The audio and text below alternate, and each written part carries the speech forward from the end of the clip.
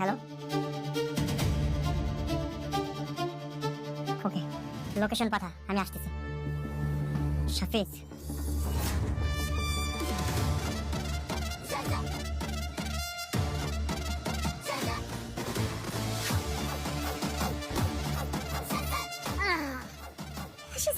কি করছিস বাবা? এইবার বুঝবে দুনিয়া শেহজাদ কি জিনিস।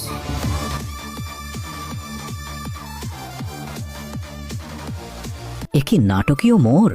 অবশেষে জ্ঞান ফিরলেও ঋতুকে সম্পূর্ণ ভুলে গেল শেহজাদ, নাকি এর পেছনে লুকিয়ে আছে কোনো ভয়ঙ্কর নাটক? আর দাউদ খানের নতুন চালে শেহজাদের আদরের মেয়ে ফ্রেয়া কিডন্যাপ হওয়ার পর 17 নম্বর পর্বে কি ঘটতে যাচ্ছে? ফাতেমা আর ঋতুর এই রক্তক্ষয়ী ভালোবাসার শেষ পরিণতি এবং এই পর্বটি কবে রিলিজ হবে জানতে ভিডিওটি একদম শেষ পর্যন্ত দেখুন। দর্শক, 16 নম্বর পর্বে আমরা দেখলাম হারহিম করা সব ঘটনা।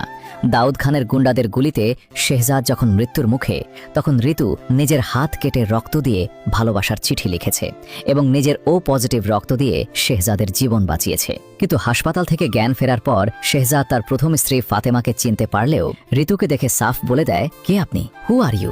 ঋতুর রক্ত আর ভালোবাসার এমন প্রতিদান দেখে দর্শকরাও স্তব্ধ। এদিকে শেহজাদের এই মেমোরি লসের সুযোগে ফাতেমা তার বউয়ের অধিকার ফিরে পেয়েছে। অন্যদিকে দাউদ খানের এক লোক শেহজাদের ছোট্ট মেয়ে ফ্রেয়াকে হসপিটাল থেকে ফুসলিয়ে কিডন্যাপ করে নিয়ে গেছে। কিন্তু এপিসোডের শেষ দৃশ্যে শেহজাদের চোখ, মুখ আর ফোনের ওপাশের খবর বলে দিচ্ছিল শেহজাদ এবার এক ভয়ঙ্কর রূপ নিয়ে ফিরছে। 17 নম্বর পর্বে আপনারা দেখতে পাবেন শেহজাদ তার মেয়ে ফ্রেয়াকে উদ্ধার করতে দাউদ খানের ডেরায় কিভাবে তুফান তোলে। সাথে কি উন্মোচিত হবে শেহজাদের এই ঋতুকে না চেনার আসল রহস্য? এখন প্রশ্ন হলো, এই হাই ভোল্টেজ 17 নম্বর পর্বটি কবে আসছে এবং কিভাবে আপনি সবার আগে এটি দেখবেন? নিয়ম অনুযায়ী এই নাটকের প্রতি সপ্তাহের 2টি ধামাকা এপিসোড আপলোড করা হয় প্রতি রবিবার এবং বৃহস্পতিবার ঠিক দুপুর 12টায়। সেই হিসেবে আগামী রবিবার দুপুর 12টায় রিলিজ হতে যাচ্ছে বহুল প্রতীক্ষিত 17 নম্বর পর্বটি। আর এই দুর্দান্ত পর্বটি সবার আগে দেখতে এখনই চ্যানেলের সাবস্ক্রিপশন বাটনে ক্লিক করে বেল আইকনটি অল করে রাখুন।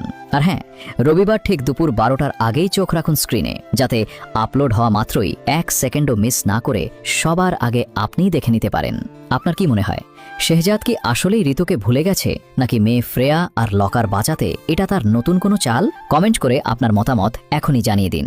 ভিডিওটি ভালো লাগলে লাইক এবং শেয়ার করতে ভুলবেন না। ধন্যবাদ।